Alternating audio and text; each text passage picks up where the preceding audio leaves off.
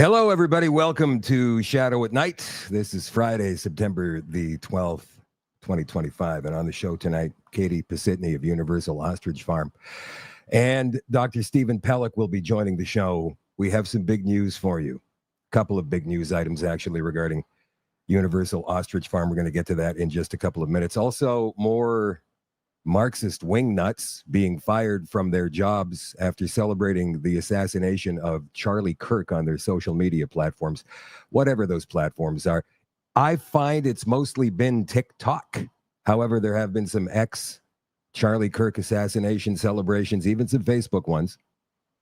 And when you look at these people, I don't know, man, it's a mixture of crazy, evil. You know, we all think we know what evil looks like. When we picture evil, we picture the devil, you know, like red guy, horns, tail, pitchfork, handlebar mustache, pointy goatee, maybe sharp yellow teeth. But no, these are just kids. And these days, the face of evil looks like blue hair and a bull ring in their nose. Maybe a neck tat. I don't know. It's crazy out there. Is crazy out there. And what's happening in Canada? Politicians are getting in on it now without repercussion. We're going to get to that a little bit later on in the show tonight. Shadow at Night live stream, as always, is brought to you by CanadaNanoSilver.com. Silver is amazing. It has several natural health benefits, and it's been used for hundreds of years for health and healing. That's the main reason they made silverware from silver. But seriously, this nano silver from SilverCeuticals is the best and safest silver you can find. There are hundreds of studies and reports on it. I've read some of the studies myself, and it's mind-blowing. One of the things that sets SilverCeuticals apart is that it washes out of your body in 24 hours. No silver buildup and no turning blue. And it won't even harm the good bacteria your body needs. It's so effective they can use very small concentrations of silver, like 10 and 32 parts per million, and still outperform other silvers that have up to 3,000 parts per million. It's safer and more effective at the same time. It is an incredibly small particle that is small enough to work through your body, but big enough not to fall out of suspension. They infuse it into almost all of their products. It works in facial serums, toothpaste, gels, and even gummies that work to help your immune system.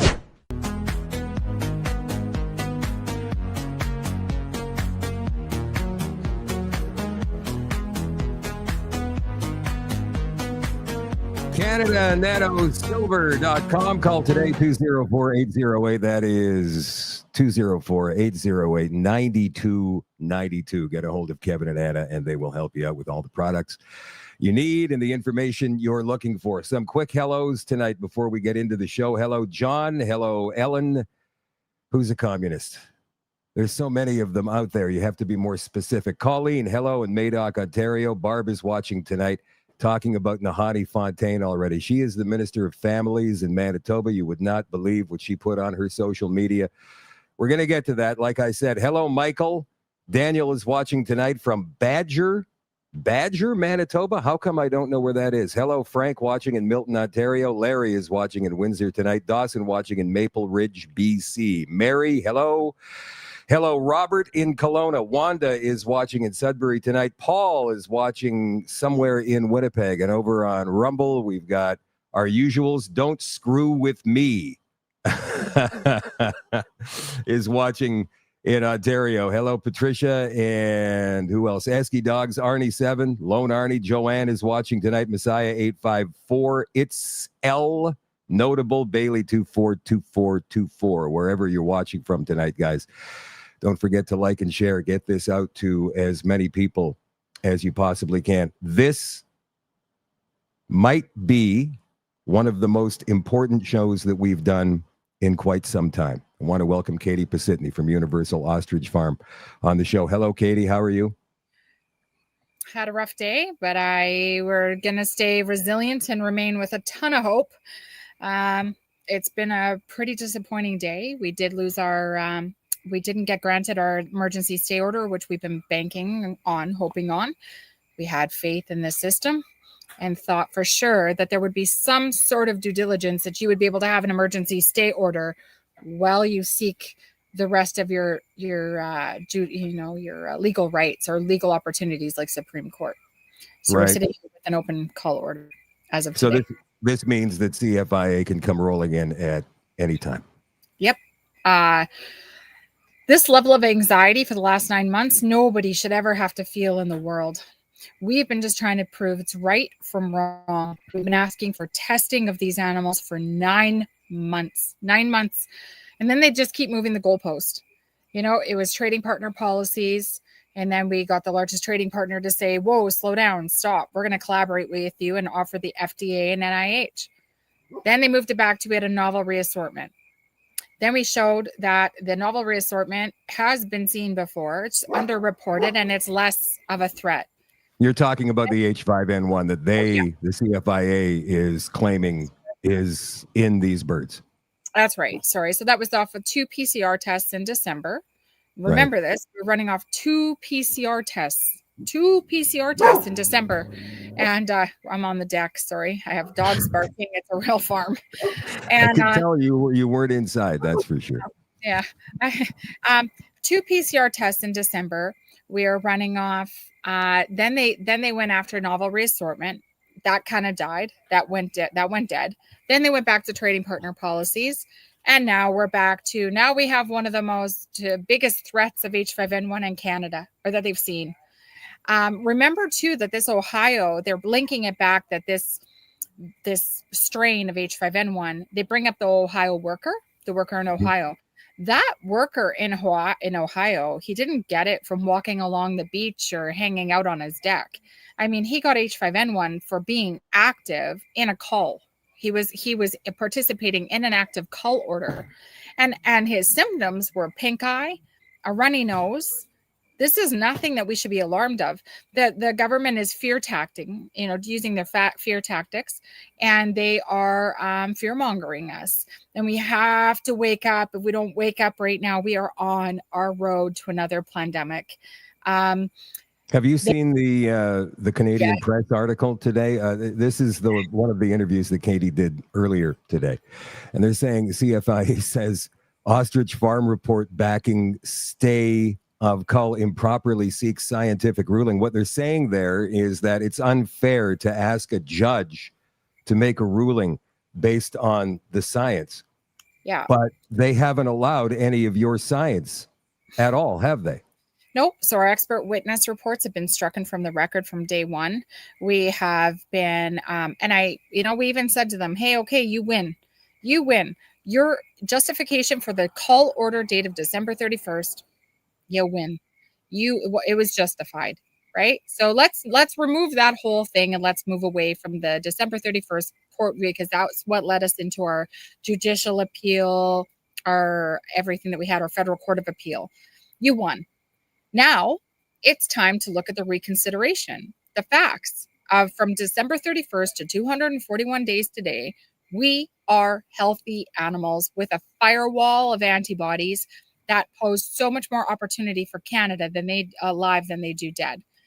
So we went to try and bring in Dr. Pellick's expert witness report, and had that again denied. But yet they were allowed to bring in fresh evidence from their veterinarian expert witness, Kathy Furness. So I don't know. I'm sure Dr. Pellick, I don't know if you've heard about this today, but so how are they allowed to introduce new fresh evidence, but Dr. Pellick is not? We've had top immunologists, epidemiologists, virologists, all on this. We are not sitting with a skeleton crew of no experience. We have a robust amount of experience sitting behind the fight that we're fighting. And it's to test these animals because they are not a threat. They have a firewall of antibodies that could be used for potential for human and animal health. We're being stripped of our rights. This is Katie, there's a penalty that the CFIA will enforce of fines and possible jail time if you're found guilty of releasing any testing that you've had done independently. Yeah. And you released that information today, didn't you? we released Dr. Pellick's expert witness reports. It's time the world sees them. They don't want anybody to see them. So this is the court of the public opinion now. And the public opinion needs to see the evidence. This is absolutely ridiculous. Dr. Pellick, with his experience and his expertise and to be able to do what he does, not him. Here he is. I'm just like, we love you. You are so brilliant.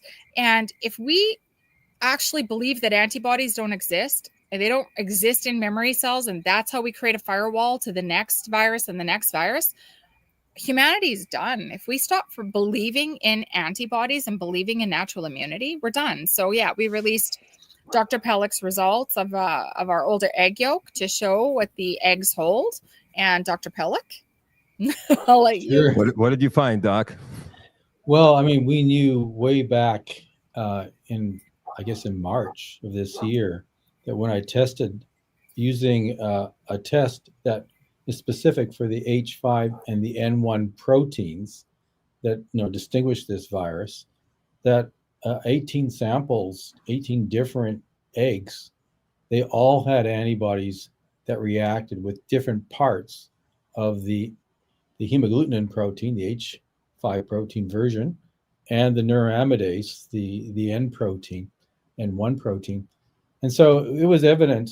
And I wouldn't say that the documents, that expert reports I filed, they were rejected, like they weren't part of the record. They actually are part of the record. But what happened was the judges, they ignored the data. They basically did not consider the scientific arguments that we had presented as part of what they considered in coming up with their decisions. And the same thing happened again with the Justice Heckman's today statement, his decision, which I've now read in full.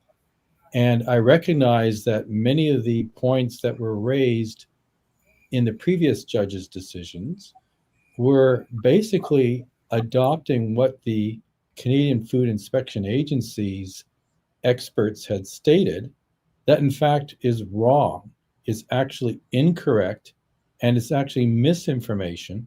And if the judges are making their decisions based on this information, which I've challenged and given references in the scientific literature, then their decisions are not based on science. And when I read through the decision, it seems as though it's looking at precedents and other cases that are actually kind of rather, in my opinion, irrelevant to the question is, are these ostriches safe? Is there a situation where the impact that these ostriches have, if we don't kill them, is going to jeopardize not just the health and safety of animals and people, but also the poultry industry, the ability to actually export animal products from poultry farms. And actually, the arguments don't stand up to what we actually have seen happen in real life.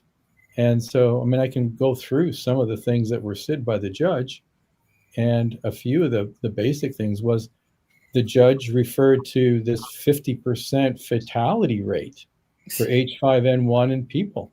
Well, we've had over 71 cases of H5N1, most of them asymptomatic, most of them on individuals, as Katie's pointed out, that have been involved in culling operations, most of them from actually operations done on dairy farms, not actually poultry farms. Is a virus like this, Dr. Pellick, really transmissible, or is it something that you have to work hard to get? Well, it's very hard to transfer it from a bird to a person or a mammal. It's very rare. Like I said, we have 70 cases in the last few years, about 71 cases in Canada, United States, only one in Canada. This 13-year-old girl who did get quite sick. That's why we're aware of it, but she recovered. And then we have. Sorry, can I pipe in? She came to visit the farm. That's right. She said they're using my case to kill millions of animals, and I want them to stop. So Jocelyn came to the farm. We had a beautiful press conference and release. Jocelyn came, saw the ostriches. She was on our property. She was here. She left. She didn't get sick. Yeah, sorry. That's right. That's Yeah. all right. Dr. Pellick, we're talking about this H5N1, the lack of transmissibility. Right. But if you have an asymptomatic individual, a person, or an animal, now it's not impossible for them to transmit the virus before they get sick, right? Because there is a period there where the virus is active, it isn't encountering an immune response. But after the animal's been sick, and there's no evidence of it in anywhere else in the population of that herd, then the immune system of the birds has already eradicated the virus. So there's no compelling reason to believe they're infectious. If someone is sick, for example, with influenza and they recover, we don't consider that they're going to be transmitting the virus when they go back to work after they've recovered from their illness, certainly within 2 weeks. It seems right? like they're we using... never do this because we know that they're not transmissible after they recover. And the same goes like for the ostriches. They're using COVID logic here, obviously. CFIA also claimed, what was it, Katie, a couple of days ago now, that these ostriches could be carrying a more deadly strain of H5N1? Yes, this is correct. And again, we're running off. No. So where's the fresh testing? Where's again, they just moved the goalpost on us. They're basically putting out fear-mongering tactics to the public to justify what they're about to do here on our farm. Yeah. And it's absolutely absurd. Again, what just Dr. Pellick just said. So you're telling me now they found out that they've had 9 months to figure this out. And I have to point out, it was the media. The media found out first. Do you not find something weird in that? The media found out first that they're claimed that we have this, more virulent strain. And so they're just creating a narrative. It's really disappointing because I believe that the eroded trust between such a powerful organization should be healed, and the Canadian citizens and our farmers. And before you go on this, sorry. I just wanted to ask Dr. Pellick, is it possible that they could have found this new deadlier strain from these two PCR tests back in December? There are a couple of points just to clarify. So out of those 71 or so cases, there's only been like one death. Okay, so it's not half the people that are infected, can die from this. That's completely ridiculous. Although that is in the judge's basically decision, he refers to this. So that is completely untrue. The other thing too is that when you look at you're asking, is it possible they've discovered a new variant that's more infectious? Actually, the data they did when they had the sequencing of the full genome is they realized that it wasn't the highly pathogenic H5N1. It was actually a hybrid between a low pathogenic version of H5N1 and the highly pathogenic version. And when you combine like this, you don't end up with a more pathogenic version. You end up with a less pathogenic version, which is demonstrated by the fact that 85% of the birds on that herd were healthy. They never got sick. So, and they did not die. So this is completely contrary to what the data from the Canadian Food Inspection Agency and the observation in terms of the number of birds that actually died.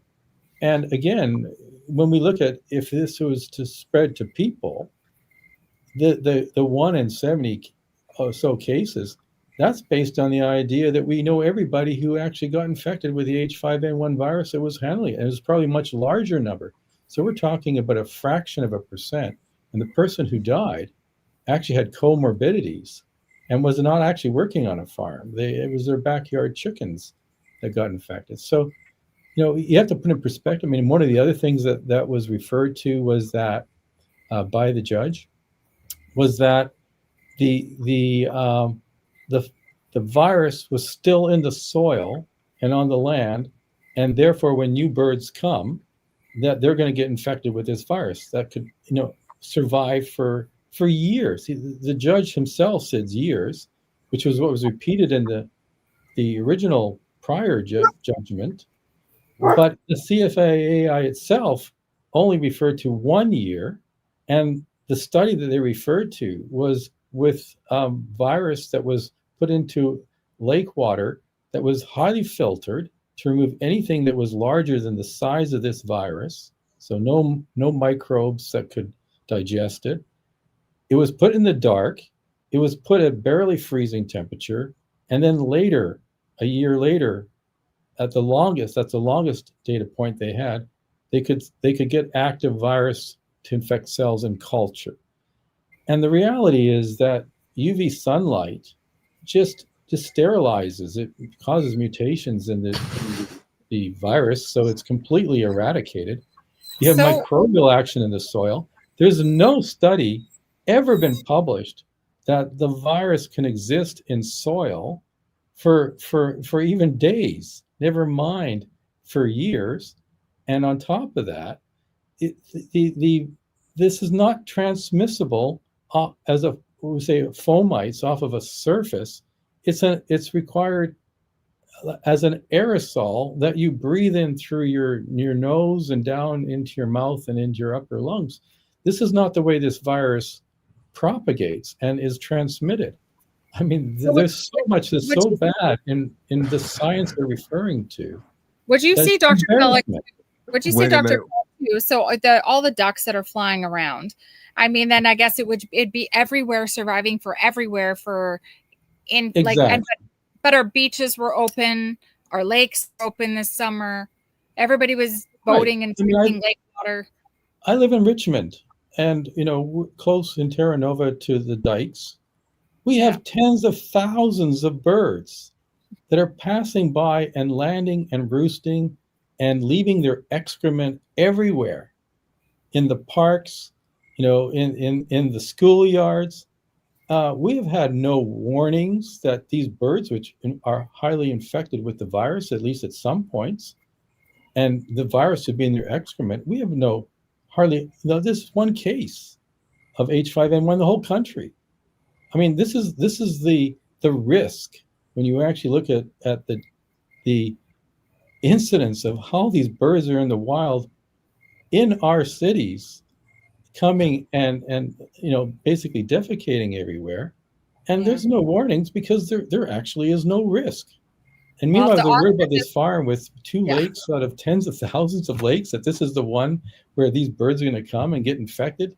So we talked about the original losses. 14% of the flock was lost, I think, between late December and January. Am I correct in saying that?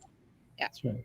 That's been referenced by a couple of politicians, notably Doug Ford, Premier of Ontario, Danielle Smith, Premier of Alberta. But they seem to be under the impression that it was absolutely H5N1 bird flu, avian flu, that killed the birds. But you're not quite so sure. No, I mean, the thing is, they probably could have had the viral infection. And remember that, and that's again in the judge's decision, not this last one, but the prior one. The judge started off with his decision saying that these birds were tested positive for H5N1, from that PCR test. The PCR test, firstly, it did not test for N1 at the time, and it did not test for highly pathogenic avian virus. It only tested for H5, and there are many low pathogenicity viruses that are H5. Subsequently, later, after they issued the call order, then they confirmed from the whole genome sequencing that it was H5N1, and there was this reassortment. And it's only in the courts that we learned, when we had done the cross-exam of their expert witness, and they've never talked about this. They have over 100 cases of reassortment of H5N1 virus in the 533 or so outbreaks that we've had in Canada for the last couple of years. So this is not rare, and the reassortments did not happen in the birds because, firstly, in the ostriches, because this is a very rare event. You have to have 2 separate viruses different strains of the same kind of virus, influenza virus, infecting not only the same animal, but the same cells in those animals. So this is the we know perfect this is storm weird. of This is all virus. already in the birds, the wild birds. It didn't happen in the ostriches. Okay, so the CFIA has said that if there is any independent testing done, that there's a penalty of $200,000 fines per test, plus the possibility of 6 months in jail.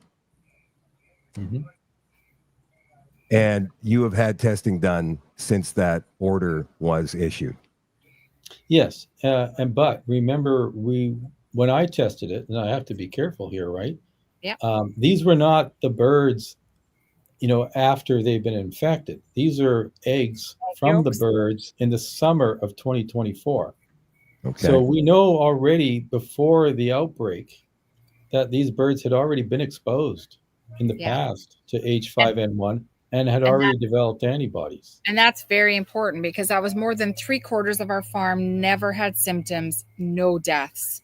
That makes sense because Dr. Pellick found that in their egg yolk, they already had H5N1 antibodies in their memory cells.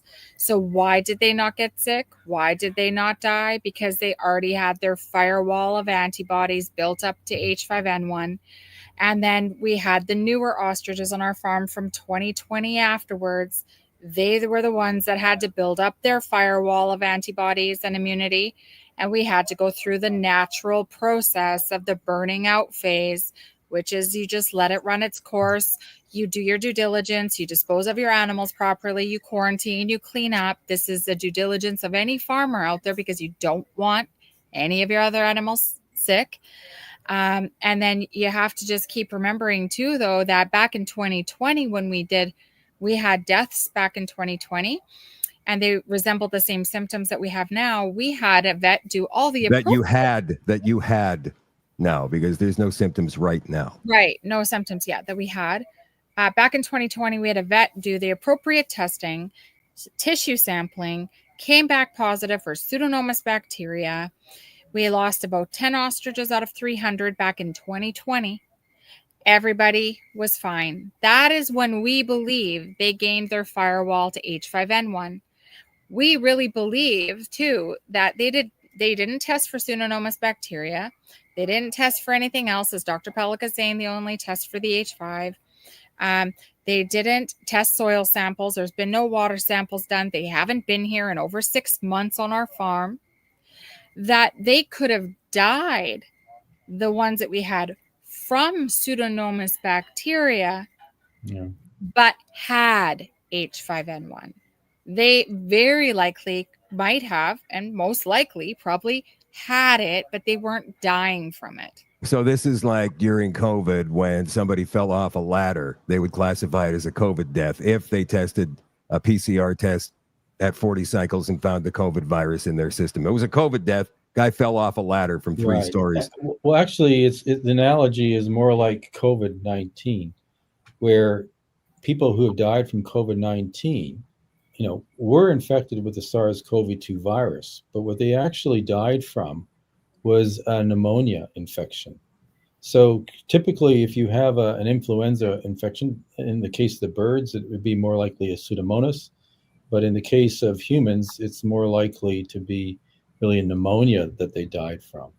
And that's why during COVID-19, where they didn't give antibiotics to these people that were really, really sick, they may have been able to have saved many of those people had they given them antibiotics in parallel. And of course, we don't even talk about the comorbidities that were involved because it was a COVID death, That's right. On average, 4 comorbidities per death. So without any possibility, like there is no possibility now of Supreme Court, Katie. This is it. We can do an application. We'll have an open call order until then. So right now we have no protection.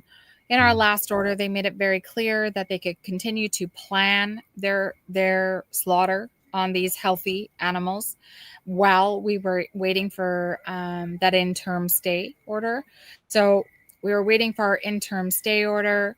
which we got the decision today on the interim stay order. And that was the interim stay order was us seeking an emergency stay order to allow us time to apply for our legal avenues that every Canadian has right to, which is a Supreme Court. And so instead, while we try to apply for a Supreme Court now, we're sitting with an open call order.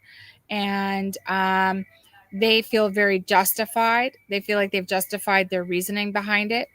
The media, again, I want to point out, the media got told before we did that we supposedly have a new virulent, this strain of H5N1. So you can almost, it's like they're writing the script as we go, right?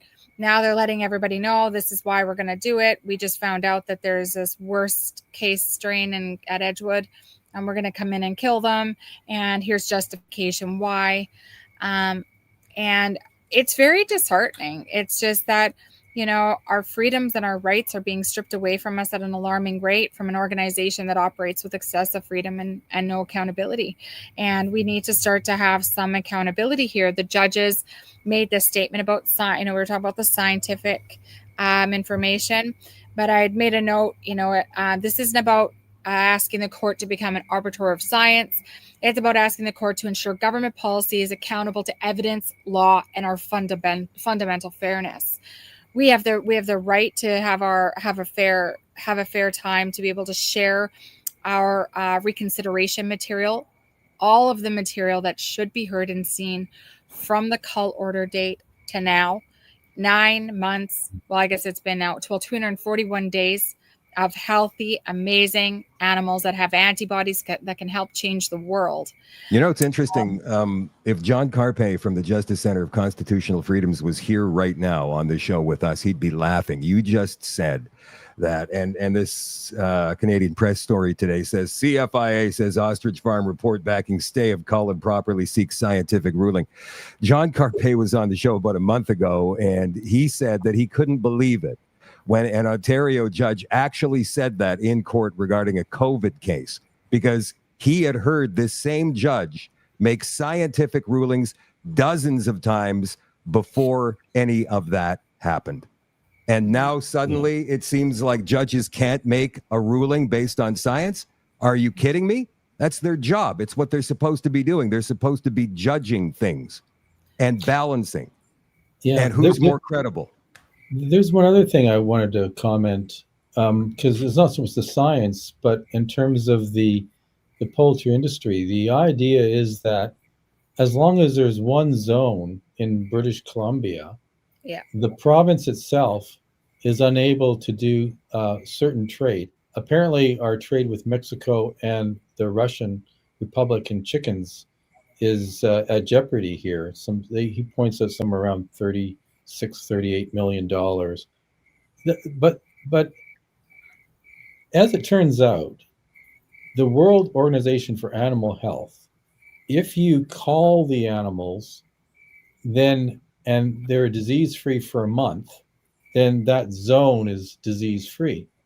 But the World Organization for Animal Health also recognizes that if you allow the infection to burn out and you don't have an infection in a year, you also get back that zone-free, status for disease, a disease-free status for the zone. So if these ostriches stay alive for another 3 months, then the whole restriction that would be applied, for trade is gone. It would be just as disease-free zone as any other zone where you've actually had stamping out. So I can't even believe that this is real. It's funny. The one question, and Katie and I talked on the phone earlier this afternoon, and a couple of other folks. If you feel sick and you go to the doctor, and the doctor says to you, and this is what we were talking about this afternoon, the doctor says, well, you've got cancer and you're going to die. And so you naturally would say, well, I want a second opinion, right? Mm-hmm. Because I think you might be wrong. So I want to go to another doctor and seek another opinion. And I would imagine that this is the same situation we're dealing with here. The CFIA has said there is a virulent strain of H5N1 here, and these ostriches need to go down. And the owners of the farm say, well, we want a second opinion. We want outside testing. No, I'm sorry, but that's a $200,000 fine and 6 months in jail. What did you release on your Facebook page today, Katie? Yeah, no, we released the tests of the egg yolk, showing the prior egg yolk, showing that we have antibodies. We don't have illness in our older birds. All the older ostriches that are healthy, that have remained healthy, we've been able to, through Dr. Pellick has amazing tools, amazing resources. Something that we've been hoping to build with Dr. Pellick is a diagnostic tool, test kits from antibodies. This could help all of our farmers, all of our industries. This could help protect the Poultry Association. This could help. Well, imagine what you guys could have accomplished in the last 8 months if the CFIA was actually willing to talk to you, sit down and have some conversations and go, well, why don't we try this? Why don't we try that? And even then, I mean, all they have to do is sit there and look at the ostriches every single day and see that none of them are sick, regardless of what those PCR tests say. Dr. Pellick, did we ever find out, was there ever any sign of the cycle rate they ran the PCR tests at back in December? No, we know it's probably 36 cycles or higher, which has a very high rate of false positives. I was saying 90% false positives. But I think the sequencing data that they did subsequently does show that the birds did have H5N1. Again, remember, these are very amplified tests with high false positives, but even if it was a true positive, which I think the sequencing data ultimately showed, you don't know how much the viral load actually was. So you may have, for example, you can do the PCR test on sewage water, and there's no active virus in the sewage water, but you can still detect it using this test. So there may be residual amounts of virus around, but not necessarily very active virus. I think it's reasonable that the birds were infected with the virus. They mounted a very good immune response, as we would. These immune responses, contrary to what again was stated by the Canadian Food Inspection Agency, don't just last for 3 to 6 months.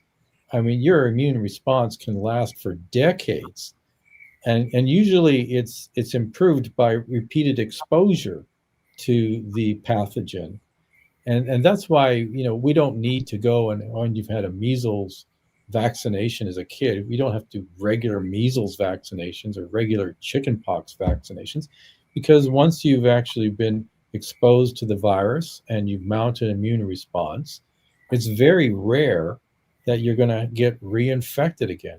The COVID situation is not a typical situation that you can apply, because the vaccine itself appears to damage the immune system and makes it easier for you to get reinfected, contrary to what public health has suggested. The data from the Cleveland Clinic and many other studies have shown the more you're vaccinated, you have a temporary protection, but you're switching your immune system to one to being tolerant. But the situation of these ostriches is quite different. We're not vaccinating them. We don't vaccinate any of these birds. The response they have is a natural immune response. It can be very robust and last for years. So you're satisfied, Dr. Pellick, that these ostriches are fine. There is absolutely no chance of them. No, I'd be more worried about their claws than I would be about any virus. So what's next then? We just wait? Or do we call that veterinarian who works for the CFIA? Is she the one, Katie, who came up with this new virulent strain story? Kathy Furness. Yeah. I think basically what the judges have been saying in this last judgment, I sort of see it as well, but in the previous judgment, they're basically pointing to the Minister of Health. Minister of Agriculture. The Minister of Health can make some statements, but it's the Minister of Agriculture, there's been quite a bit of changeover actually in this last year. Most recently, it's Hugh MacDonald who's overseeing the Heath minister. McDonald, I think. Oh, Keith McDonald, yeah. Heath, yeah. Heath That's McDonald, right. yeah. And he's Because everybody overseeing. needs to remember his name and call him. Yes. So he's the one who's overseeing the Canadian Food Inspection Agency. And the agency is acting on his behalf. And he's assuming that the agency is actually making, the right decisions based on solid science. And of course, I'm questioning that science based on actually looking at what they're stating and being appalled by some of these statements, which are completely not supported by any real evidence. And the question then is, are we in a situation kind of a bit like what we're starting to hear from the Canadian Revenue Agency, where people are not happy with the service and there's bad morale? I don't know what's going on with the Canadian Food Inspection Agency. They're so adamant that they do not want to be challenged. They don't want to be proven wrong. They don't want to reconsider, the based on new evidence, what the threat is to the public. The judge, when he was making his decision in this last case, basically recognized that there was a great deal of harm that would come to the farm, and there was also harm potentially to the general public's health and the poultry industry. And he was measuring between the two, but he was measuring it based on information which is actually incorrect. It was coming from the Food Inspection Agency. It's really, it may well be that if we have this kind of problem going on within the administration of the Food and Inspection Agency, that we should be worried that they're making their decisions based on this kind of operation in terms of how they've handled the situation, how they've actually supported what their actions are. Stephen, have you ever seen science work like this, where other scientists only with COVID-19? I mean, you've been doing this a long time. I mean, you've been a scientist a very long time. Oh yeah, I've been doing research for, I guess it works out with my training, about 50 years. So 50 years, and scientists are generally cooperative. There could be some fiery debates about things, but ultimately, you've got to listen to reason. You've got to sit back and go, you know what? I think she's right about this. I think maybe we should give this a shot, because that's how it works. No, but we want to make decisions to solve problems based on sound understanding, so that the solutions we come with are going to be effective. And if we start making suppositions that are unrealistic, and we apply practices that are actually quite destructive, and don't deal actually with the problem in reality in the long term, then this is a waste of money. Like, they're going to be spending millions of dollars by the time they compensate the farm, and they're paying basically to have these animals executed. I don't know how they're going to be able to do it humanely, although they claim they're going to try. And think of the millions of dollars already fighting us, so that over $1 million in legal fees when we could have just tested the animals. I'll promise you, any farmer would much rather pay the money to have their animals tested rather than end up in 9 months of court and have them come at us with 6 lawyers sitting in the courtroom, and we have 1 or 2. That reminds me too. One of the interesting points that the judge came up with was that, we have to be able to empower these agencies to do this. And this case, they're concerned that if the farm, the Universal Ostrich Farm, actually won this case, based on going through the court system, that other farmers, that are handling livestock will do the same thing. And of course, so I think this is why this is such an important case for, they're not pulling out the stops in the case of the. But imagine if we just changed. Imagine if we changed the policy. Imagine if we just changed the policy.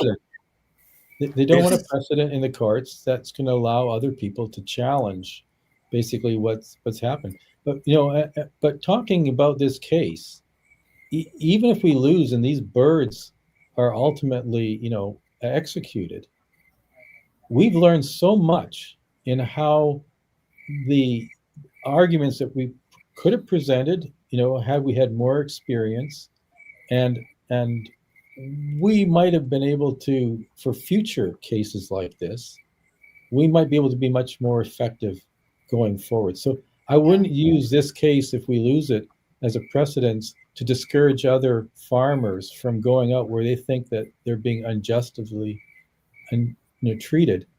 I think we've actually learned a lot from this, no matter what. And it's going to be a lot of problems for the Canadian Food Inspection Agency unless they change their practices. Well, they're not answerable to pretty much anybody except for the Minister of Health, or is it the Minister of Agriculture? Yeah. Keith MacDonald, and ultimately to the Prime Minister, because the Prime Minister is the boss, right? Right. So we know that people have been doing letter writing campaigns, email campaigns. It hasn't gotten us anywhere yet. Katie, you've been working with John Catsimatidis, the American billionaire and animal lover. You've also, through him, managed to get in touch with Dr. Oz and RFK Jr. even. Oh. Yeah. I thought you were going to say something there. Oh, sorry, it cut out for a second. Oh, I apologize. Okay. It cut out for a second. No, yeah, we've been working with such amazing people that all are using their common sense. RFK went on, this was months ago now, to say, it's known that it doesn't indefinitely, they're not shedding the virus indefinitely, but what they do have is something that create opportunity for on a global scale to treat this virus and viruses in the future. And it's something that should be explored and not killed and murdered out here. But is there any hope is for a last second reprieve is, I guess, my question here, based upon the American influence. Are they talking to Carney? I mean, is anybody got a line into that office? We did have, I know that there was meetings between the U.S. Embassy and Carney in the office. There was nothing that came out of that. We've had reached out to Paul McKinnon and Mark Carney. It's not the best time for you to be cutting out. You were cutting out there a little bit. I want to make sure that everybody can hear what you say. She's frozen. Still frozen. Well, I understand that there was discussions, and Robert Kennedy Jr. basically, he reached out because he thought that there was a tremendous opportunity for the science to learn from these birds. And you have to remember that because the culling policy has been in practice for the last few years, both in Canada and the United States, we have very few flocks where they've actually been able to see how a natural burnout of the virus works and how long it can last. So, we will see probably more infections again in the poultry industry with the next migration. But I suspect that already in the wild, most of those birds have natural immunity because they've been exposed to it. There's been no culling going on of the wild birds. Plus, the viruses do mutate, and you get these reassortments that are less pathogenic, and they outcompete generally the more pathogenic versions. And so I suspect we'll actually see fewer cases. We haven't had really any cases of the influenza outbreaks on farms since the last 9 months. Yeah. So, and I'm not aware if there's any recent cases. The last time I looked, a couple of weeks. And I can challenge people to go get your antibodies tested and carry around an antibody card. We're not carrying any more cards. We're not. It's cards. It's a good card to have. No. Hey, I'd rather show my antibodies and not need to go for a vaccination and say I'm actually good. I have a pretty good firewall myself. Thank you. I would much rather people stay up out of my business these days about, hey, I want to know you got chlamydia? Seriously, get the hell. Well, it's like, you want my personal health information? How about you go F yourself? I'm sorry, but the world has been overcome with this safetyism virus. And I think that this is probably a reaction to that, right? Like, and it may have started years ago with, oh, the coffee is too hot, or the coffee might be hot in here. They got to put that on the label now, or they can get sued. Yeah. So, they're overdoing it. They But are. we also know that this is part of that long-term UN agenda, right? And that's why I have been so adamant about this case, Universal Ostrich Farms. It's not just about the ostriches. It's about all farms. It's about land use. It's about smart cities. It's about all of this. And if they are successful in doing what they plan to do, then everybody is a target, right? So I'm going to ask you again, Katie. I asked you this a couple of weeks ago. I know you've been talking to other farmers across the country and in the United States. Is anybody willing to stand up with you publicly yet? We've had one farmer who's won a case that you have talked to that I'm pretty sure would, but no.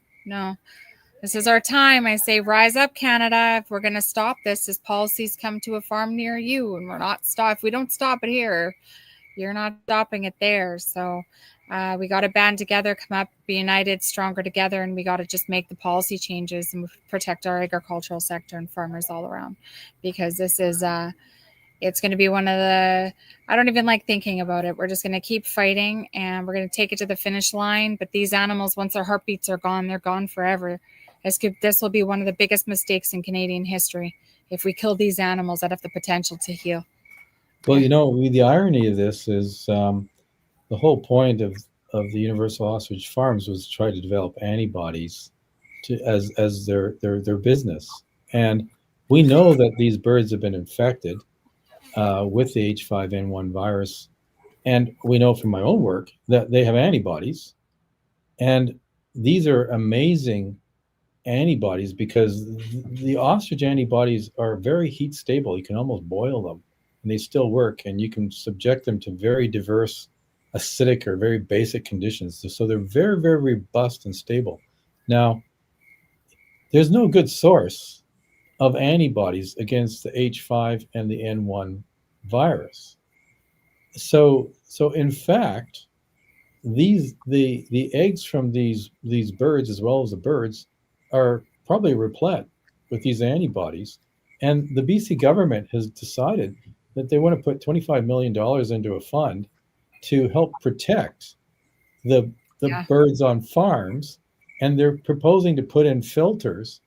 And the Universal Ostrich Farm has already done work showing that you can use filters with their collaborators in University Precinct of Kyoto, that you can put spike protein antibodies for the SARS-CoV-2 virus and capture the virus on those filters, and also determine, if they have masks, whether or not the person had been in an environment where the virus was present.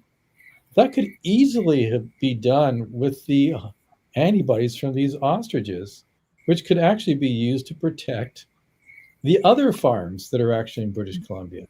But that's not what we're doing. Well, there seems to be a certain level of technocratic behavior coming out of governments more and more these days, and this is what we wind up with. Any final thoughts, you guys? We got to wrap her up here.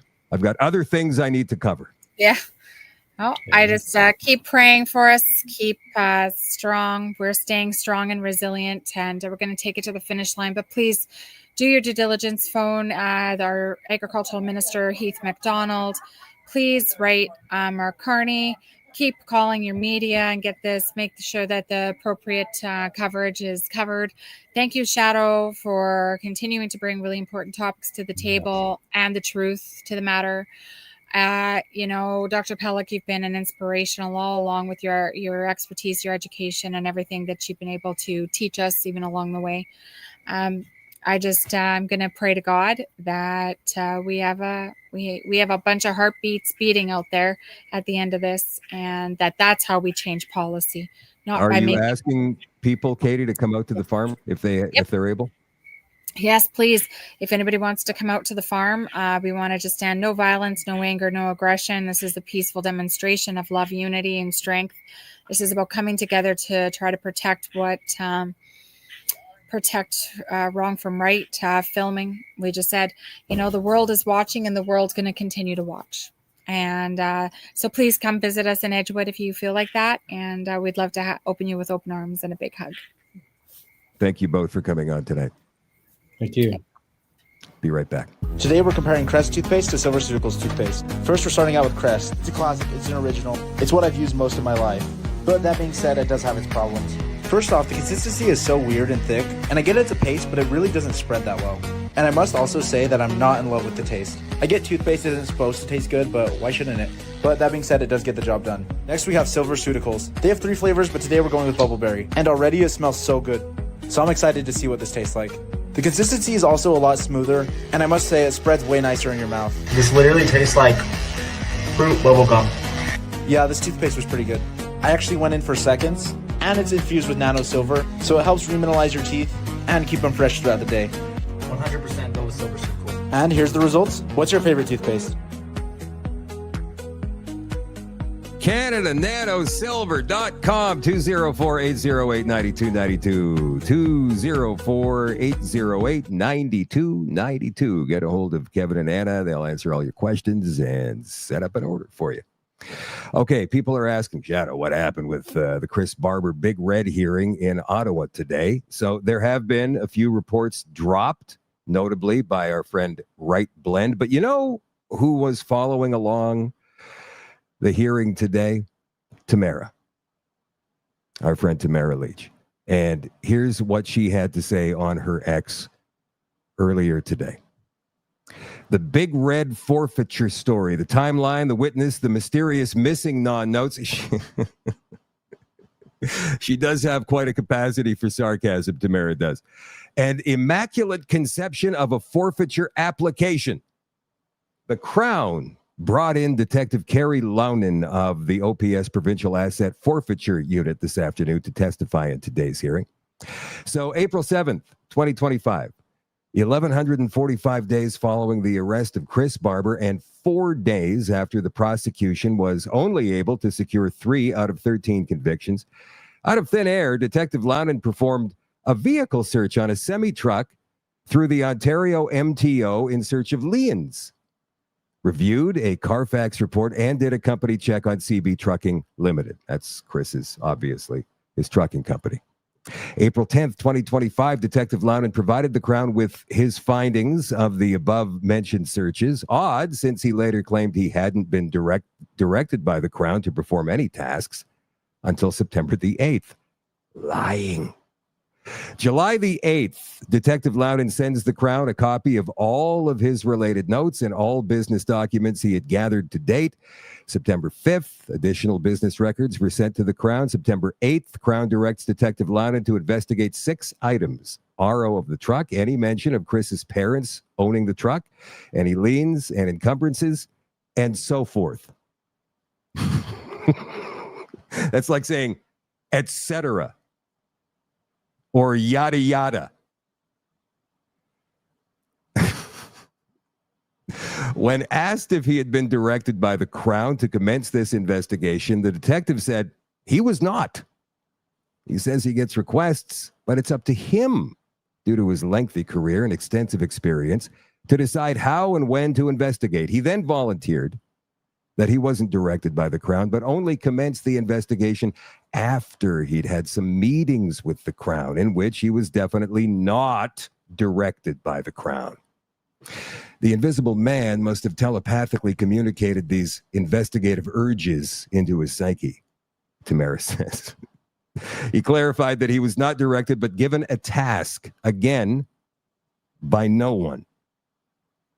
In a shocking to no one turn of events, this highly experienced detective didn't take a single note at any of these meetings, to the best that he can recall. You will have to look for them. But I highly suspect if the notebook does exist, we'll hear that it was accidentally wiped after an upgrade and all data lost because no one thought to save it. I don't know what this means. IYKYK. I don't know. Acronyms. Stay tuned for the ongoing saga of the longest mischief trial of all time on September 22nd and again on September 25th. The Crown will wrap up their examination in Chief Miller time. That's Brendan Miller. Remember him from the hearings a couple of years ago. Will perform his cross, and maybe those pesky vids will reveal the identity of the great secret task giver. So no decision was reached today. They still have to argue it. Rachel Gilmore's life a living hell after facing backlash from tweets about the Kirk assassination. She says she didn't do it. She never did that. Didn't happen, she says. That's not what I said. It's interesting. We're going to get into that story in just a second. These Marxists are now in denial of pretty much everything they've said for years regarding people like Charlie Kirk, Donald Trump, anybody else at all involved in the MAGA movement. Anybody who shows any hint of conservatism is labeled a fascist and a Nazi, a knuckle dragger, an extremist. You guys remember Damon Imani? He's the guy who superimposes himself in leftist TV programs.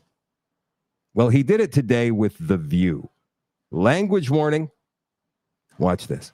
Fundamental part of being an American, that we are able to express our opinions to each other without fear, without this kind of horror happening. And it seems to be something we have been seeing more and more of. And it's not even left or right. It's just people being taken out because of their beliefs. There's just no place for this kind of violence in this country. I am heartbroken over it. I cannot believe that someone would kill another person because they were speaking their beliefs. Well, for years, you and your allies in the media have been conditioning half of the country against the president, his supporters, and figures like Charlie Kirk. Trump is Hitler, his supporters are fascists, right-wing extremists is danger to our democracy, they're Nazis, you know the words. Yet you seriously sit here acting surprised when lunatics who believe your words decide to take matters into their own hands. Your side burn and loot every time things don't go your way. Your side tried to assassinate the president multiple times. Your side burned Teslas all around the country and wanted Elon dead. Your side assassinated Charlie Kirk. Your side is currently celebrating it. So don't talk to me about, well, this is not a left and right issue. It is the left. It's only the left. It's ironically the Democratic side who engages in political violence and killings of figures they disagree with. And every time something like this happens, you come here, you tune down the rhetoric, crocodile tears, ooh, I can't believe this. Then a week later, you go right back at the dictator and fascist rhetoric again. So you don't really care. You're just pretending. And for that, fuck you, and you in a corner too. All right, so I do like his videos. He makes a point. However, I don't think if that were real that any of those hosts would have been so remorseful and conciliatory. They would have fought back, which is just what you want to see. How do you defend the indefensible? And then, when they do find a way using mental gymnastics or whatever, you have to ask yourself a question. My God, this guy is defending the undefendable. How do we coexist with these people going forward? It's reprehensible. There's people defending porn in schools. There's people defending Charlie Kirk's assassination, or the fact that they didn't have anything to do with it, they say. Cenk Uygur is the guy who started the Young Turks years and years ago, and he and Charlie Kirk had many fiery debates. Usually Charlie won. He was on Piers Morgan with Dave Rubin earlier today. Watch this. Agrees that Donald Trump is not Hitler and his supporters are not Nazis. So with that in mind, I'd like to read some other headlines. These are video titles from Cenk's channel. And if in the spirit of reconciliation, maybe he wants to delete these things. Trump cuts anti-Nazi program. Trump spreading Nazi propaganda. Nazis encouraged by Trump's Charlottesville response. Trump defends Nazis, very fine people. That is the biggest political hoax ever. Trump retweets a neo-Nazi again. Trump disappoints neo-Nazi supporters. So these things don't come out of nowhere. I only blame one person at the end of the day for these murders, which is the crazy person who does the murders. But pretending that what is wildly asymmetrical, I think I have laid that out with evidence here, pretending that it's symmetrical is deeply, deeply dangerous. Piers, you know this because we've discussed it on my show. Even on your show, you have found it way more difficult to find rational, decent people on the left who will explain themselves thoughtfully and calmly and everything else, while the panoply of people you get on the right who shouldn't even be on the right, I would say certainly someone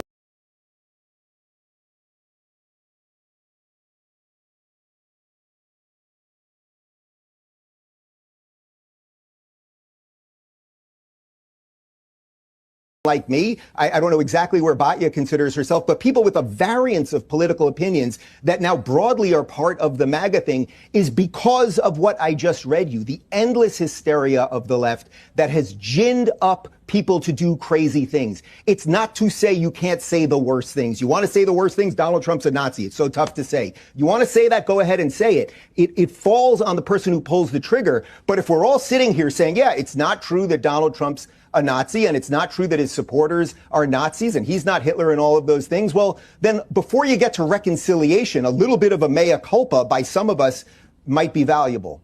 Cenk? Yeah, I mean, look at this. This is disgusting. So this guy pretending to do conciliation, You're and right. I was going to be conciliatory to it.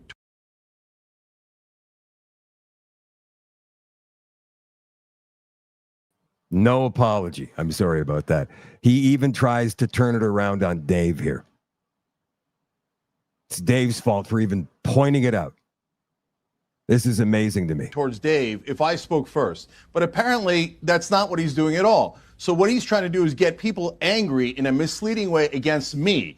Are you trying to Are get those people your to be titles? violent? Are those the titles this of your is videos? disgusting. No. So no. that's- Let me explain. no. Let me explain. Those are your so, titles, No, buddy. let me explain. You're asking me a goddamn question, so let me explain while you're trying to get people to do violence against illustrating me. my point You're perfectly. disgusting. So No, those are 80% of no, those I just titles. said- I've never called Trump a Nazi, and those titles were about neo-Nazi reactions. So what do you want us to do? Not tell you? Say you never called Trump a Nazi. I think he's probably lying. I'm sure there's somewhere where he called Trump a Nazi. But even associating, like, this is how they use words. The smart people, they will associate, right? Nazi, Trump, same headline, same title. Trump, Nazi, fascist, Kirk. They're still doing it even now. And he's denying it. And it's sickening. Very fine What's people. actually Did happening? That happen? And Did so Donald, did Donald Trump side with neo-Nazis? Yes, he the did very say fine that. people incident So- in Charlottesville? So No, as he did it. Piers, we've how about you explained handle on the this Young one instead of giving it Turks, to me? Piers, Can you I wanna just handle this talk? one? So this monster What did is Donald trying to egg on violence What did Donald as we Trump speak, say after very and he fine won't people? even let I'm me not talk. talking about the neo-Nazis or the white supremacists who should be condemned completely. It's the biggest debunked conspiracy theory of all time. You're still pushing that now? You're still pushing the very fine people hoax listen, now? I'm what- shocked even for you. Dave, no. Dave, shut up and let me answer your stupid question. So on that day, which now we're going back to that for no goddamn reason other than you're trying to get people angry at me for misleading things. Didn't I'm reading Donald your Trump say there titles. are very You should be fine angry people at on your both sides? titler. He did. Shut up and let me answer. Wow. So did he say there are very fine people on both sides? He did. So that's a fact. Now, who was he referring to? As we've explained on the Young Turks, he might have been referring to the people who were in favor of the Confederacy and came out there to support Confederate generals. I didn't find that to be any better. Those people were in favor of slavery. Those people lynched black people. So I'm not going to ever cheerlead for them, and I'm not ever going to shut Jake, up in the very next sentence, did he say, I'm not talking about the white supremacists so or you're the not going to get me neo-Nazis to who should shut be up, condemned totally. and you are... That's the level of discourse. And he's probably one of the more sane ones on that side of the equation. Cenk Uygur, Young Turks. Now, I'm not sure if you ever watched videos of Charlie Kirk doing his thing at college campuses. Very rarely, if ever, did he ever get mad. He would sometimes come off as condescending and maybe it looked like he was laughing at somebody once in a while, one of the more pathetic people. But he was always in, and you've seen the people that I'm talking about there. But he always said, come to the mic, step up, talk to me, make an argument, make a case, bring some real facts to the table. Let's have it out with words. No yelling, no screaming, no hollering, no cursing. We're not the same. We're not the same. Getting back to the Rachel Gilmore thing. Her life has become a living hell, everybody. We're going to stay on until the news is over tonight. And in the extension tonight on shadowdavis.com for you all access, Nighthawks, how do these kids become radicalized? We're going to look into that a bit more. Living hell after facing backlash from tweets about Kirk assassination. Bubble Pop is the name of her. Bubble Pop. That's highly professional and credible, wouldn't you? Wouldn't you say? Canadian influencer and short-lived CTV fact checker, because she doesn't know fact from fiction from feelings. Rachel Gilmore says she has been subjected to harassment and threats after her social media commentary on the death of Charlie Kirk drew criticism from high-profile figures and led to her name being featured on a controversial website. Remember I showed you that last night? She's number one. On Wednesday, Gilmore posted on X expressing concern that Kirk's killing could be used by far right. Again, there's that expression again. Far right supporters to justify further violence. The following day, she wrote on Blue Sky that she was officially scared after becoming the top listed name on the website charliesmurderers.com, which claim to expose individuals allegedly celebrating Kirk's death. And my, how that website has expanded in the last day. I'm officially scared because of this one tweet. I'm now the first result on a website called Charlie Murderers. This is putting me in genuine danger. What the F do I do? So she goes on and says, my name is first on the list of the people they say celebrated Charlie's death. There's just one problem. I never did that, but the people sending me threats don't seem to care. She later elaborated in a video on Friday saying, I was suddenly the face of people celebrating Charlie Kirk's murder, even though that literally never happened, and it's made my life in the last 48 hours a living hell. I apologize. Maybe just sit down and shut up, Rachel. How about that? She's argued that her words were misrepresented. In her original commentary, she had warned that Kirk's death could be a radicalizing moment for his supporters, writing, will they now believe their fears have been proven right and feel they have a right, they have a right to retaliate regardless of who actually was behind the initial shooting? Well, we know who it is now. In the wake of her posts, several prominent conservative voices publicly criticized Gilmore. Former Conservative Party leader Andrew Scheer rebuked her on X, calling her comments twisted. Milo Yiannopoulos even amplified criticism of Gilmore by resharing posts targeting her. Yeah, well, you know what? Reap what you sow. I always say. What do we have next here? Oh, Canadian leftist fired for laughing at Charlie's death.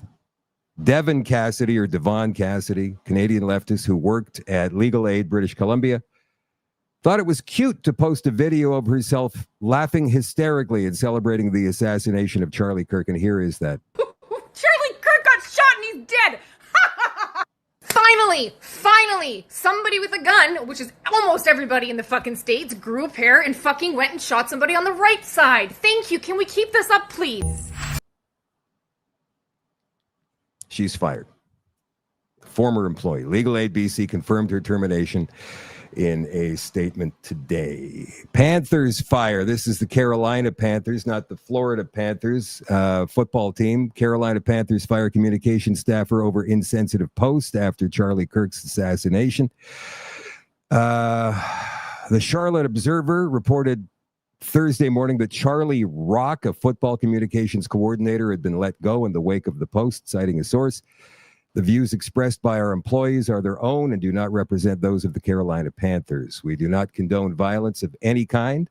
We're taking this matter very seriously and have accordingly addressed it with the individual. You're fired. That kid right there. See, did they say what he said? Number of ex-users tagged the Panthers on the social media platform with purported screenshots of the post, which featured an image of Kirk and the message, "Why are y'all sad? Your man said it was worth it." A second slide allegedly featured the song "Protect Ya Neck" by the Wu-Tang Clan. Here's another one Mario of the North pointed out earlier today. This late warning, but I just came across this morning and it's disgusting and I need to expose it. This is an account on Instagram called Punk with a Camera. I know you can barely see it there. As you can see, Punk with a Camera. This is what he's selling with the laughing emoji. Unbelievable. There's his other t-shirt as well. What's so funny about this? And he's looking to make a profit off of it as well? I hope this video reaches the FBI, Department of Homeland Security. This is absolutely repulsive. I hope this person's investigated and I hope their account is shut down. Unbelievable. There's more. There's much, much more. There's an Antifa kid. Made up a song Wednesday night. Now, this is graphic. Actually, it's not in terms of physical. But it could scar your soul. Watch this kid. And I'll show you in a couple of minutes that he is actually a member of Antifa and targets police. But let's watch this first. We got Charlie in the neck. Who's up next? We got Charlie in the neck. We got Charlie in the neck. We got Charlie in the neck. Who's up next? We got Charlie in the neck. Vic.Melter on TikTok. I don't think he has a job. Probably lives at home with his parents or parent. They're probably just as bad. They're probably just as bad because they continue to let this kid get away with it. He is an Antifa, full blown. Not just that, a Marxist. If you check out his TikTok, you'll see. Here's another video that he put out not so long ago. All right, LA. LA, we need all of you tomorrow. The DHS put up this fence. They put up the feelings fence because we hurt their feelings. But if you jump on it, you jump on these little things on the ground, it sounds like this.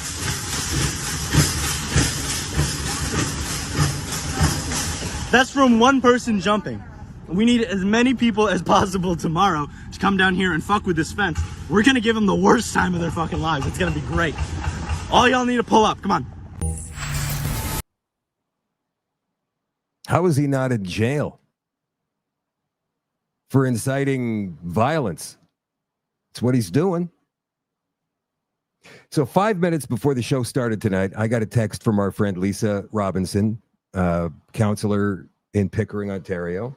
She put out a new video today, and it does have to do with Charlie Kirk, but it also has to do with her mayor, Kevin Ash.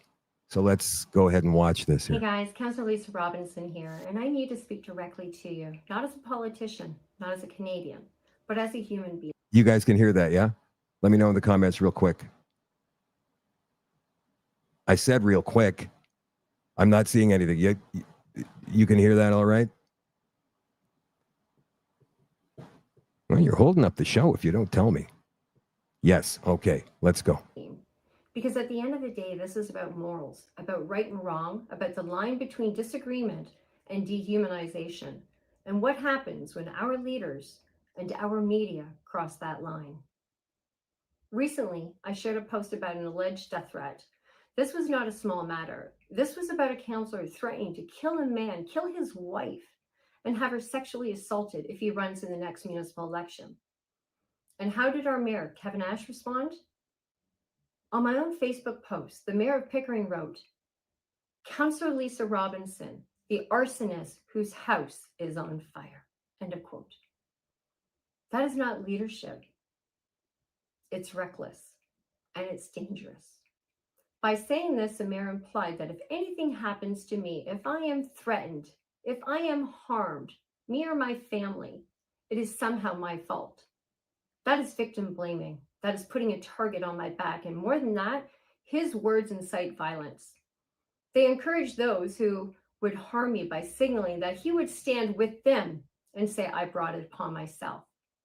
And it doesn't stop there. Notice what the mayor didn't do. He never condemned the death threats or the threats of rape on that post, just like he never spoke up when I told him about the violent threats I personally received, the sexual harassment, the psychological harassment, the ongoing intimidation from a male member on my own council. He stayed silent then, and now he mocks me publicly.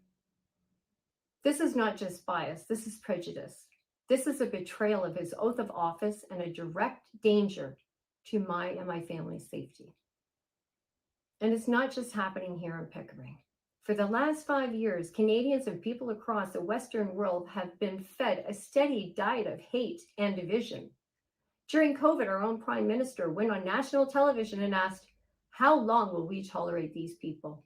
Hésiter un petit peu, on va continuer d'essayer de les convaincre, mais il y a aussi des gens qui sont farouchement opposés à la vaccination. Qui sont extrémistes. Qui ne croient pas dans la science, qui sont souvent misogynes, souvent racistes aussi. C'est un petit groupe, mais qui prend de la place.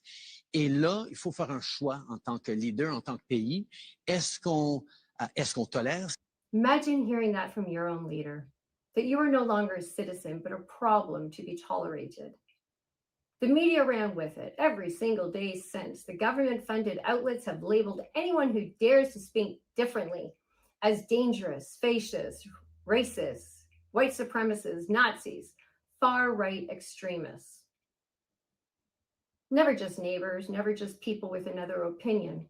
Always enemies, always being the monster. And when you repeat that kind of language day after day, year after year, what do you think happens? The answer is violence. And look at what just happened. Charlie Kirk has been murdered. And what drove that climate? Years of politicians and media telling the world that people like him were dangerous, they're evil Nazis, wishing death on people, mocking, smearing, dehumanizing, until someone finally pulled the trigger. This is not a coincidence. This is a direct consequence of years of normalized hate. And it's happening here too. In Pickering, our own council has smeared myself and residents as being racist, homophobic, transphobic, Nazis, alt-right, even nutcases. They posted a propaganda video of a town hall meeting calling them these hateful names, effectively painting targets on their backs while strategically removing their friends and their families that were there in attendance. And now when threats of murder and sexual assault surface, our mayor mocks it instead of condemning it. When I came forward with my own experiences of violent threats and harassment, he ignored it.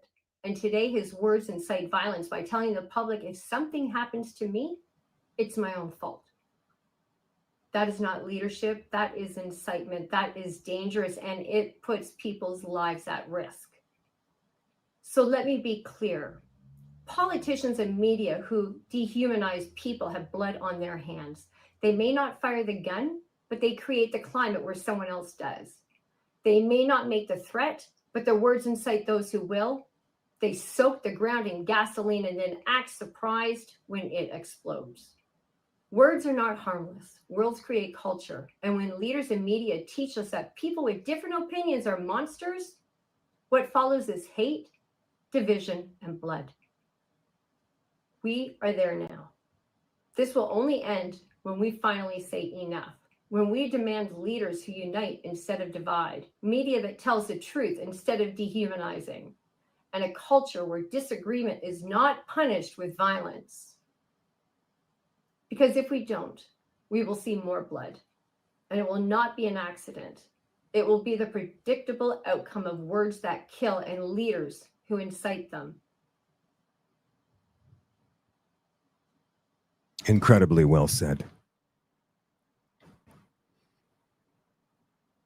In Manitoba, we have a politician. Her name is Nahani Fontaine. Doesn't have the best reputation amongst the population. Comes across as arrogant, self-important, egotistical, definitely a liar. One of these critical race theory types. She did something the other day in regards to Charlie Kirk's assassination. Michelle Ferrari made a video about it. Okay. This is important, and this is why we need to pick a side, and there needs to be consequences when you are in a position of power. This is Nahani Fontaine's tweet. Nahani Fontaine is a minister in the provincial government in Manitoba for families and children. And this is what she wrote. Charlie Kirk was a racist, xenophobic, transphobic, Islamophobic, sexist, white nationalist mouthpiece who made millions of dollars inciting hatred in this country. Whether it was his genocide denial, his transphobic tirades, his pushing for mass deportation, or his normalizing Trumpism for years, the man stood for nothing but hate. I extend absolutely no empathy for people like that. In this situation, my empathy is reserved for his children. May they grow up to live in a country that is the total opposite of everything their father envisioned. May all our children grow up to live in a country that values their lives enough to take gun violence seriously and reject any person who would try to justify senseless gun-related deaths, especially the deaths of children. This is why you have to pick a side. This is where we're at now, folks. You know when people say, why don't politicians work together? Because of that. They are intolerant and incapable of discourse and discussion. Charlie Kirk's whole message was, if you disagree with me, come to the front of the line. Because when discourse stops, violence starts. This woman has no idea who Charlie Kirk was or what he stood for or what his mission was, which was to de-radicalize North America and the West. And to have healthy discourse and to go into universities to encourage critical thought. Because if you can't debate what you believe in, then you either have to reevaluate what you thought you knew, or you should be able to defend it. And that's how your brain grows. That's how thought grows. Because a good idea should be a good idea, regardless of what side you sit on. So, Wab Kinew, I commend you for speaking out against Charlie Kirk's political assassination. But Wab Kinew, if you do not fire this minister, shame on you, because nobody in a political position should speak like that. And if every single politician does not denounce political violence, then you are the problem and you do not deserve to be in public office.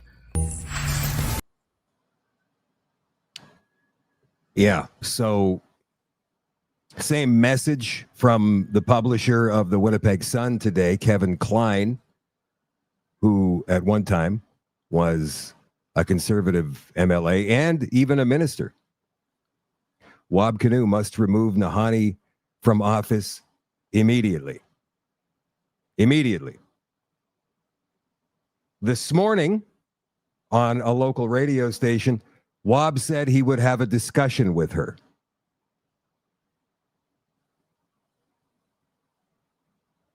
And now we find out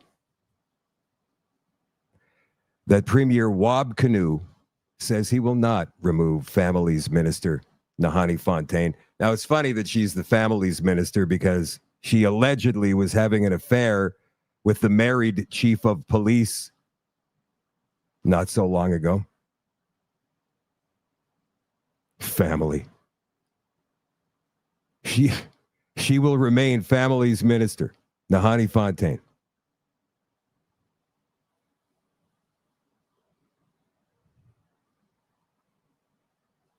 Fontaine has since posted an apology in an Instagram story saying violence has no place in our democracy. Political debate is achieved with words and discussion and encouraging empathy even with those who don't agree. It's not what you said just a couple of days ago. Nahani? Kinew says it would be too easy to demote Fontaine. It's a much harder task to say we're going to work through this together. And I'm going to try. You know, she has absolutely zero intention of changing. None. She's going to get away with it again. Any apology that she issued today, she did not mean. She has a black heart.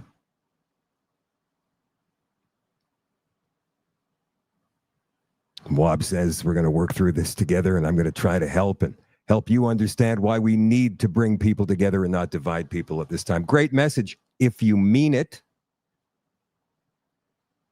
I'll bet you in a couple more days, they're right back to calling us fascists and Nazis again. He said, I don't believe in cancel culture, and I think people need to be brought along and shown if we want a society that is one where we can express ourselves freely and have debate, then we need to be showing empathy and compassion for people, even when we don't agree with them. Yeah, sure. I don't believe him, not for 1 second. Why? Because he is a Marxist. I've seen the way he treats people. You probably have too. There have been rumblings in the Manitoba legislature for the past couple of years now, ever since this guy has been in power, of a dysfunctional workspace. People are scared. People are anxious. And it all flows from the top. And that is Wab Kinew. And if you want to know about his past, all you got to do is look it up. He's changed. He's reformed. Yeah, sure. From everything I have heard from my inside sources, this guy has got a hair trigger temper, and it goes off a lot more than people think. And has he resorted to violence in the past? Oh, yeah. Look it up. In my opinion, he's not a good man. You guys know Catherine Austin Fitz. American investment banker, former public official who served as managing director of Dillon, Reed and Company during the presidency of George H.W. Bush, as United States Assistant Secretary of Housing and Urban Development for Housing.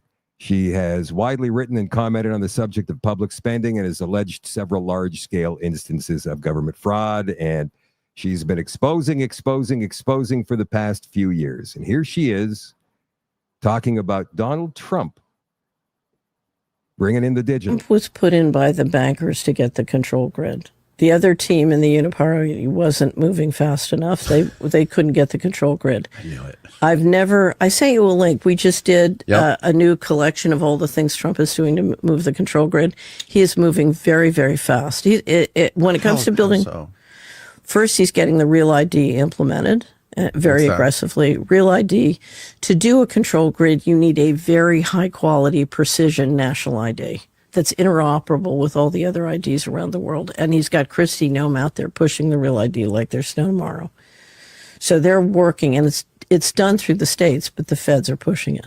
So the first thing you need is a digital ID. The second thing you need is an all-digital financial system. So you got to kill cash, and you got to make everybody interact digitally. And if you look at what he's doing with taxes and Social Security, he's trying to make everybody, he's canceled pennies, but he's also canceled now normally I pay my taxes with paper, and now he's saying, no, you got to do everything digital. It's not this year, but next year. Really? So he's trying to, if you go through that list, I've got 50 different items of what he's doing. And if you look at what they're doing with the Genius Act and stablecoin, he said no CBDCs, but stablecoin. So I don't know if you've read the Genius Act, which is the new plan for stablecoins. Okay.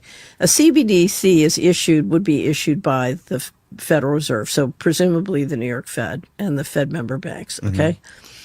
Now, they are owned by their members.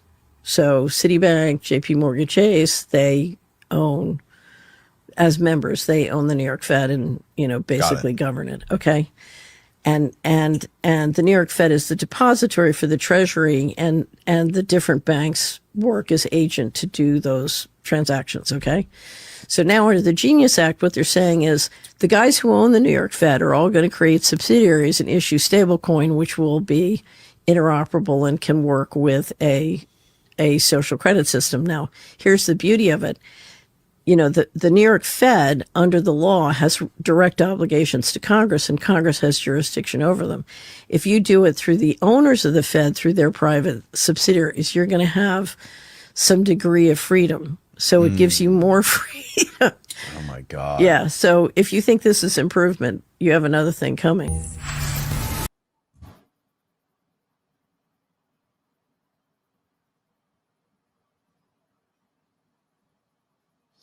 Nothing's going to change until we change it. That's all there is to it. How are these kids getting radicalized?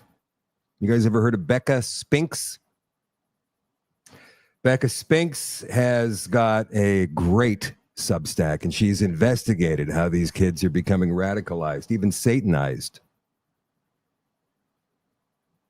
Like Charlie Kirk's killer. Sexualized. Evilized. Like that kid who was singing about getting Charlie in the neck that I showed you earlier tonight.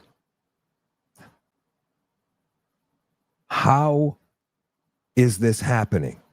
Is it a combination of things? Yeah, maybe. But what is it that is getting to these kids? We're going to explore all of this in the extension tonight on shadowdavis.com. So become a member. Go to the website right now. Become a member. Monthly, yearly, whatever. You get a break if you become a yearly member. We'll explore that tonight together. And also join the Shadow at Night community. It's what it's called, Shadow at Night community on Telegram. For the rest of you, I love you all and I appreciate you all. Thank you for being here tonight. Thank you to Katie Pasitney of Universal Ostrich Farm, Dr. Stephen Pellick for joining the show tonight. I wish them all the best right from the bottom of my heart. And I will talk to you guys on Monday night. Have a great weekend. The extension begins in 2 minutes. We'll be right back.